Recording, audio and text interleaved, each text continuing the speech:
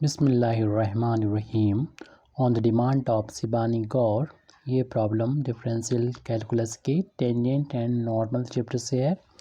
Find parallel equation of the curve x to the power 2/3 plus y to the power 2/3 is equal to a to the power 2/3।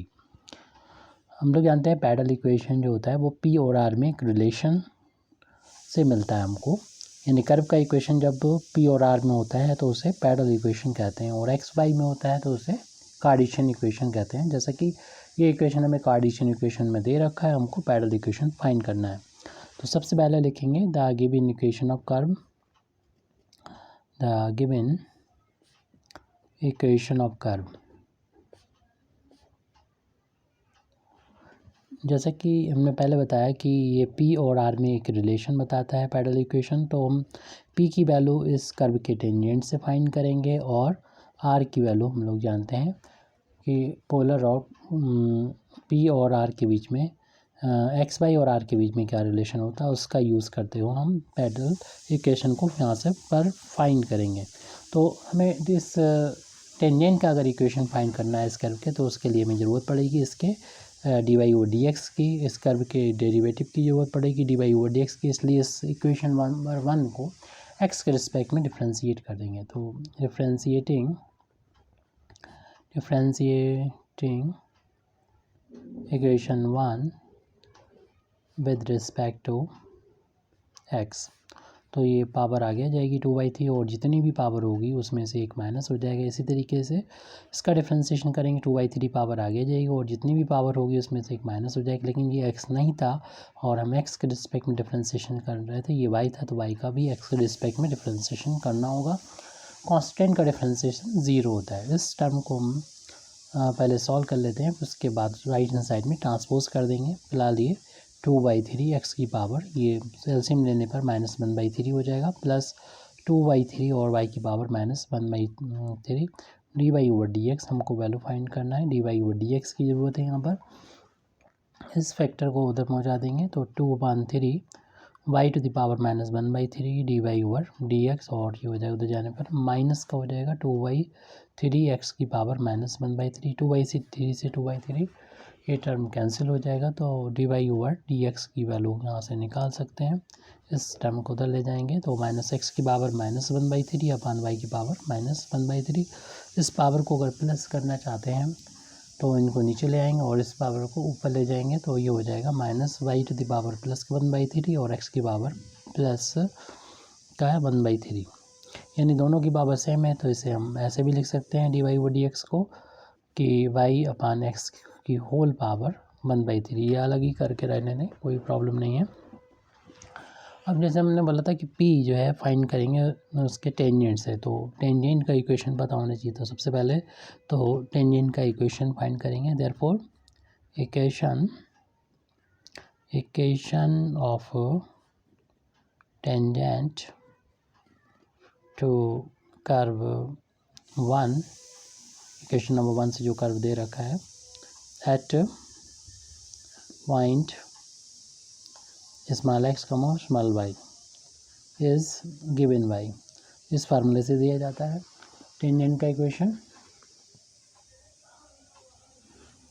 Formula होता है capital Y minus small Y, ये point है, is equal to D Y over D X, और X capital X minus small X, ये small X और small Y point है। ये जिस पॉइंट पर हम टेंजेंट की वैल्यू निकालें, डी वाई और डी एक्स की वैल्यू ऊपर फाइंड कर चुके थे, इस वैल्यू को उठा के यहाँ पर पुट कर देंगे, तो ये हो जाएगा capital Y minus small Y is equal to minus Y upon X की टू द पावर 1/3 और capital X minus small x.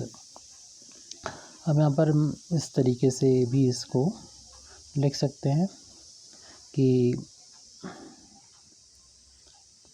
इसमें पावर इसकी अलग अलग कर लेते हैं, जैसे कि पहले थी अलग, y की पावर भी 1/3 हो जाएगी और x की पावर भी 1/3 होगी। तो ये capital y minus small Y is equal to minus y की पावर 1/3 अपान में x की power 1/3 capital x minus small x वालों को x की तरफ रहने दें और इस टर्म को हम इस तरफ ले जाते हैं, यानी राइट हैंड साइड से इस टर्म यहाँ पर ले जाते हैं, अपान में ले जाएंगे इसको, इंटू हो रहा तो डिवाइड हो जाएगा ये वाई की पावर 1/3 का। तो लेफ्ट हैंड साइड में हमारे पास टर्म है, अगले पेज पर हम लोग देख रहे हैं। तो capital Y minus small Y upon Y की पावर 1/3। राइट हैंड साइड में माइनस का पहले से मौजूद जो टर्म है capital X minus small X upon X की पावर 1/3। तो इसको अगर हम प्लस करना चाहते हैं तो इस टर्म को अगर हम लेफ्ट हैंड साइड में ले जाएं तो प्लस हो जाए capital X minus small X upon X की पावर 1/3 और plus capital Y minus small Y upon Y की पावर 1/3। राइट हैंड साइड में यहाँ पर 0 बचा हुआ है। अब हम इसको सेपरेट भी कर सकते हैं, ये पानी है और ये पानी है, क्योंकि हम इस इक्वेशन को इस तरीके से रखना चाहते हैं ताकि ये आसानी से हम जैसे कि P का मतलब क्या होता है वो हम बता देते हैं। कोई कर्व हो और कर्व के किसी पॉइंट पर, जैसे हमने यहाँ पर पॉइंट लिया था x, y1, इस पॉइंट पर टेंजेंट ड्रॉ करें। तो टेंजेंट की जो पोल होता है, पोल या ओरिजिन, तो वहाँ से परपेंडिकुलर जो ड्रॉ करते हैं, ये परपेंडिकुलर डिस्टेंस होती P होती है। तो ये तभी हम फाइंड कर सकते हैं इस 0, 0 से परपेंडिकुलर डिस्टेंस, जब हमें इस टेंजेंट का इक्वेशन बताओ। तो उसी टेंजेंट का इक्वेशन हमें निकालना है। इसको हम इस तरीके से फाइंड कर लेंगे जनरल फॉर्म में। तो इसको नीचे इसके लगा देंगे, यानी अलग अलग सेपरेट कर देंगे। कैपिटल एक्स अपान स्मॉल एक्स की पावर 1/3 माइनस एक्स अपान ये अपान ये कर लेंगे एक्स की power 1/3 plus capital Y upon Y की power 1/3 minus Y upon Y की पावर 1/3। राइट हैंड साइड में 0 है। इन दोनों टर्म को तो हम यहाँ पर लिखा रहने दें, यानी कैपिटल एक्स अपान एक्स की पावर 1/3 और plus capital Y upon Y की पावर 1/3। इन दोनों टर्म को हम राइट हैंड साइड में पहुँचा देंगे। तो ये प्लस का हो जाएगा एक्स अपान एक्स की पावर 1/3 और प्लस वाई अपान वाई की पावर 1/3। ये ऊपर पावर ये 1 है और जब डिवाइड होता है तो पावर हम लोग जानते हैं माइनस हो जाती है, तो 1 में से 1/3 माइनस हो जाएगी। ऐसे ही वाई की पावर 1 में से माइनस हो जाएगी 1/3। तो यहाँ पर x की पावर बचेगी 2/3 और y की पावर भी बचेगी 2/3। और जैसे कि हमें क्वेश्चन में दे रखा है x की पावर 2/3 प्लस y की पावर 2/3 जो है इक्वेशन नंबर 1 से कह सकते हैं कि ये 2/3 के बराबर है। यूज़ कर सकते हैं इक्वेशन 1 का। तो कैपिटल एक्स अपान एक्स की पावर 1/3 और plus capital Y upon Y की पावर 1/3। तो यहाँ पर हमने इसको लाइन को एक तरीके से चेंज कर लिया है जनरल फॉर्म में, यानी इस तरीके से लिख लिया। इन टर्म को अगर हम राइट हैंड साइड में पहुँचा दें तो ये तो प्लस हो जाएगा, ये दोनों माइनस हो जाएंगे। तो इसको ऐसे भी लिखा जा सकता है माइनस, ये जब हम उस तरफ पहुँचा देंगे यहाँ पर 1 का इंटू मार सकते हैं 1 अपान एक्स की पावर 1/3। इससे के थ्रू हम ये दिखाना चाह रहे हैं कि एक्स का जो कोफिशिएंट है वो माइनस का 1 अपान इतना है और यहाँ पर वाई का जो कोफिशिएंट है ये एक्स का कोफिशिएंट हो गया। इसी तरीके से वाई का कोफिशिएंट भी माइनस का 1 अपान वाई 1/3, क्योंकि इसको हम राइट हैंड साइड में ले गए, लेफ्ट हैंड साइड में सिर्फ हम 0 छोड़ेंगे और उसको राइट हैंड साइड में लिख देंगे, क्योंकि ये कांस्टेंट टर्म प्लस होना चाहिए 2/3 और राइट हैंड साइड में 0।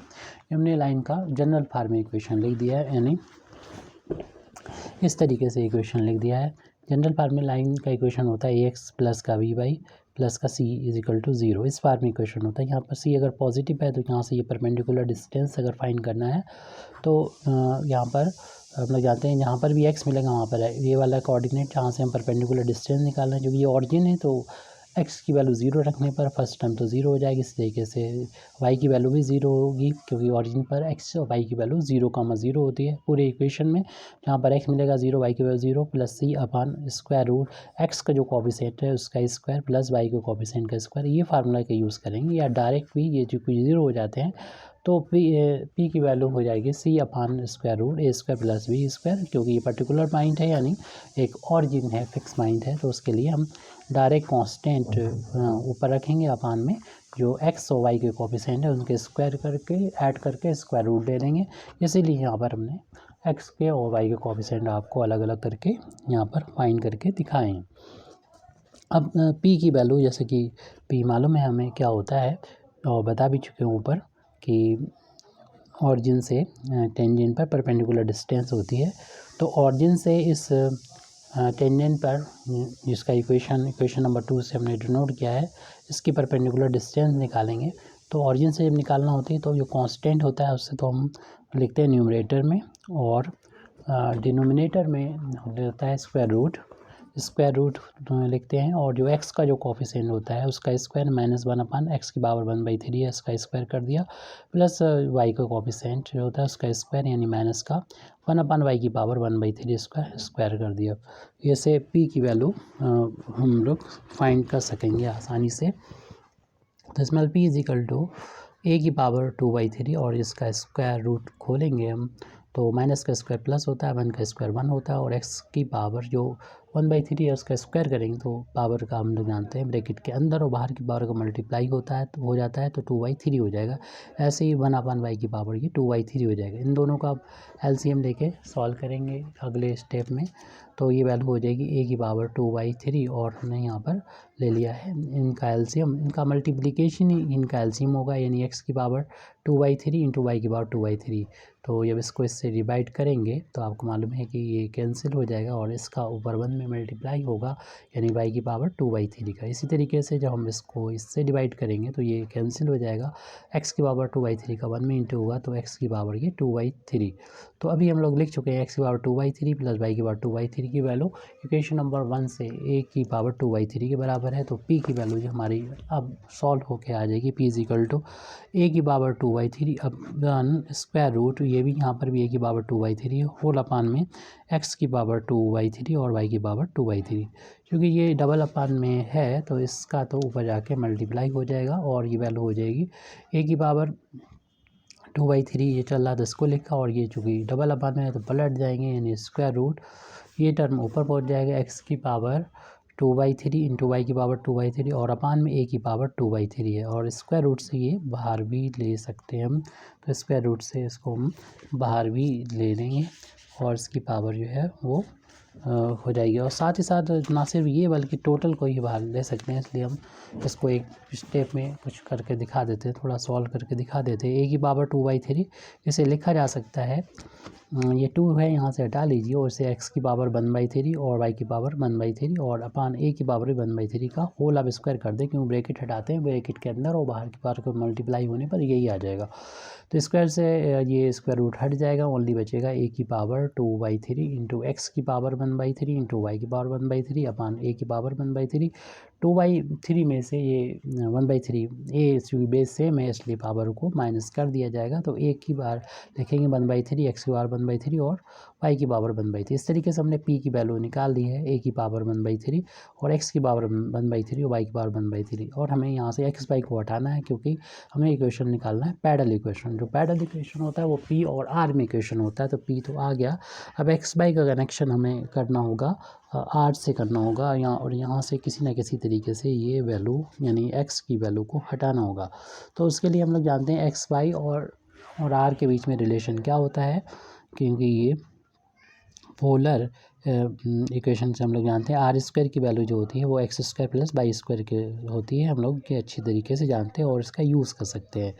लेकिन जहाँ पर भी आपको नज़र आ रहा है x y, वहाँ पर उसकी पावर भी नज़र आ रही होगी, वो है 2/3। तो 2/3 इस तरीके से कर सकते हैं, अगर हम यहाँ पर 2 तो है ही पहले से, 3 से डिवाइड कर दें और 3 से इंटू कर देंगे तो हम लोग जानते हैं कि ब्रैकेट के बाहर या ब्रैकेट के अंदर जब लिखी होती पावर तो इंटू हो जाता है, तो इंटू का 3 कैंसिल है कि वही आ जाएगा। इसी तरीके से इसको भी हम y की पावर 2/3 का होल ऑफ क्यूब करके लिखा जा सकता है, और हम यहाँ पर क्यूब का आइडेंटिटी लगा देंगे। हम लोग जानते हैं कि a³ प्लस b³ की आइडेंटिटी को हम लोग इस तरीके से लिख सकते हैं a प्लस b। वैसे तो किसी और फार्म में भी लिखा जा सकता है, लेकिन हमें चूँकि प्रूव करना है, हमें किसी तरीके से इनको हटा के p और r के बीच में एक रिलेशन निकालना है, तो हमें अपने हिसाब से इसको फिर लिखना पड़ेगा। तो इसलिए जो है हम इसको ये वाला फार्मूला लगाएंगे, हालांकि इसमें और भी आइडेंटिटी दूसरी होती वो भी लगा सकते हैं।